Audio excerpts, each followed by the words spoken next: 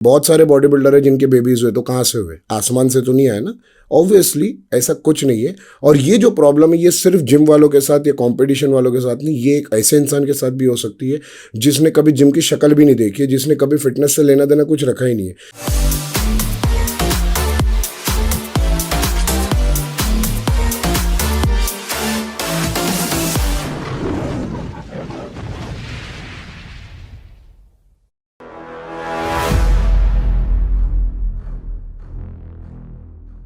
Hey guys, welcome back to my YouTube channel. Welcome back to a brand new episode. आज का जो topic है मैं सबसे रिक्वेस्ट करूँगा, if you are 18+ then only watch, because ये थोड़ा सेंसिटिव टॉपिक है और as an influencer it is my job कि मैं आप लोगों को इन्फॉर्म कर दूँ कि ये 18+ यानी कि अडल्ट लोगों के लिए, बिकॉज ये कंटेंट बनाना भी बहुत इंपॉर्टेंट है। बहुत सारे लोग क्वेश्चन पूछते हैं और मुझे लगता नहीं कि काफ़ी सारे लोग ने इसके ऊपर ये टॉपिक को कवर किया है, तो मैंने सोचा कि क्यों ना हम कवर करें और जितना मुझे पता है उतना मैं आपसे शेयर करूं। एज़ मैं हमेशा मेरी वीडियोस में ये बोलता हूं कि जो भी मैं शेयर करता हूं मैं अपने एक्सपीरियंस से और अपनी नॉलेज से शेयर करता हूं। I am not a scientist, I am not a doctor. तो बात करते हैं कि एक जो कॉमन क्वेश्चन होता है कि सेक्स कितनी बार करना चाहिए, और बहुत सारे लोगों के ये भी क्वेश्चन होते हैं कि थोड़े से प्राइवेट क्वेश्चन रहते हैं, जैसे कि किसी को इरेक्शन में प्रॉब्लम हो रही है या फिर किसी को प्रीमेच्योर इजैकुलेशन हो जाता है। अब प्रीमेच्योर इजैकुलेशन क्या होता है, जैसे कि नॉर्मल लैंग्वेज में हम दोस्ती यारी में बोल देते हैं ना, यार इसका तो जल्दी निकल जाता है। तो ये जो सारी बातें रहती है बहुत कम लोग किसी से पूछ पाते कि इसका हल क्या करें। तो हम आज कवर करने वाले सेक्स कितनी बार करना चाहिए, specially when you are a comparative body builder और you are preparing for the competition.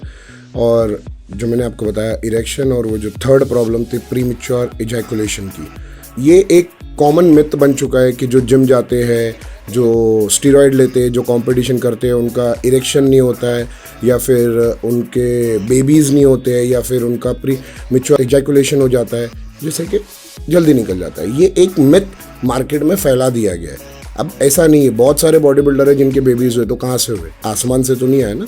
Obviously ऐसा कुछ नहीं है।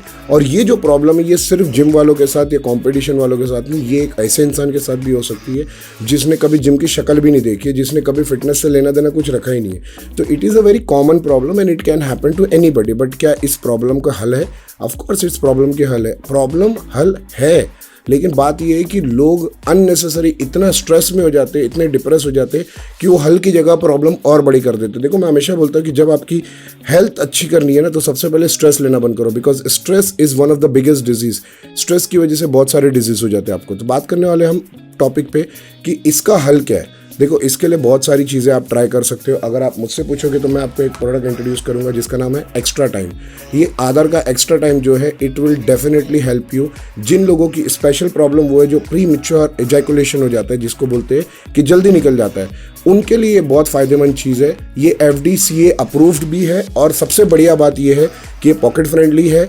और हाँ, इसके ज़ीरो साइड इफेक्ट है। Zero means zero side effect, because it is completely made of 100% natural herb. तो आप इसको ट्राई कर सकते हो। If anybody of you wants to buy this, the link in description box. Second topic पे हम बात करते हैं जो है इरेक्शन। तो देखो, इरेक्शन नहीं होने के बहुत सारे रीजंस हो सकते हैं।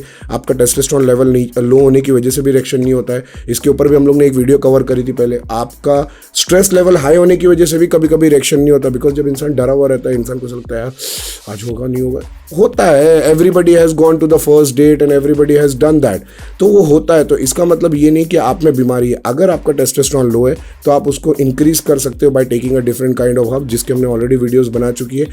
आप उसको टेस्टोस्टेरोन बूस्टर ले सकते हो, शिलाजीत ले सकते हो, अश्वगंधा ले सकते हो। इसमें भी बहुत सारे प्रोडक्ट वो है जो आप ले सकते हो और आप वो प्रॉब्लम का हल निकाल सकते हो। It is not something very very big problem जो आप लोगों को नहीं होगी।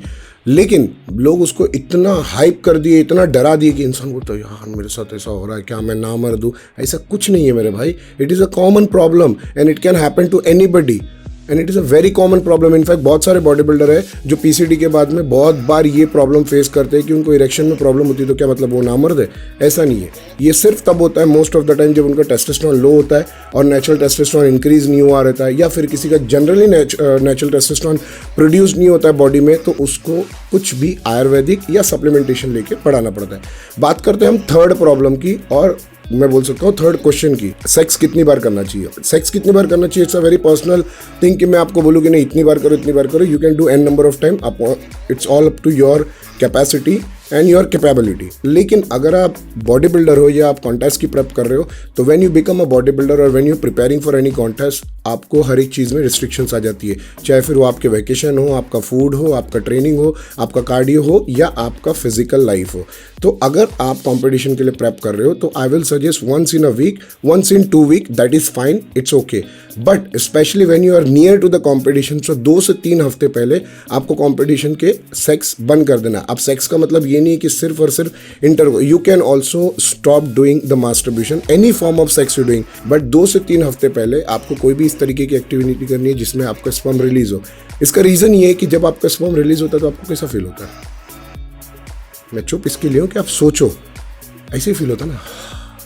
और वो क्यों होता है, क्योंकि आपकी बॉडी में से स्पर्म रिलीज होता है, तो कहीं ना कहीं वो चीज़ आपकी बॉडी को इंटरनली थोड़ी सी रिलैक्स कर देती है, जैसे कि आपको मसाज के बाद फील होता है या उससे बेटर फील बोल सकते हैं। तो जब आपकी बॉडी रिलैक्स हो जाती है तो कहीं ना कहीं आपकी बॉडी को वो रिलैक्सेशन को रिकवर करने के लिए कुछ टाइम लगता है। And near to the competition we don't suggest to do that because it will definitely effect your performance on stage. तो बेटर सजेशन ये रहेगा कि कंपटीशन के 2 से 3 हफ्ते पहले कंप्लीटली बंद कर दो एनी फॉर्म ऑफ सेक्स। और अगर आप प्रेप पे हो तो वंस इन अ वीक, और कोशिश करो अगर ज़रूरत नहीं है तो वंस इन 2 वीक करो। That is my recommendation for you. I hope आपको ये वीडियो इन्फॉर्मेटिव लगी होगी और ये वीडियो से आपको कुछ सीखने मिला होगा। अच्छी लगे, अगर लगता है कि किसी की यूज़ में आ सकती है तो प्लीज़ लिंक जरूर शेयर करना। Any suggestion, any feedback comment करके जरूर बताना। वीडियो अच्छी लगी हो तो लाइक कर देना, चैनल पर नए हो तो सब्सक्राइब कर देना। बहुत जल्दी मिलते हैं एक और नए वीडियो के साथ। Take care of yourself and your family. जय हिंद।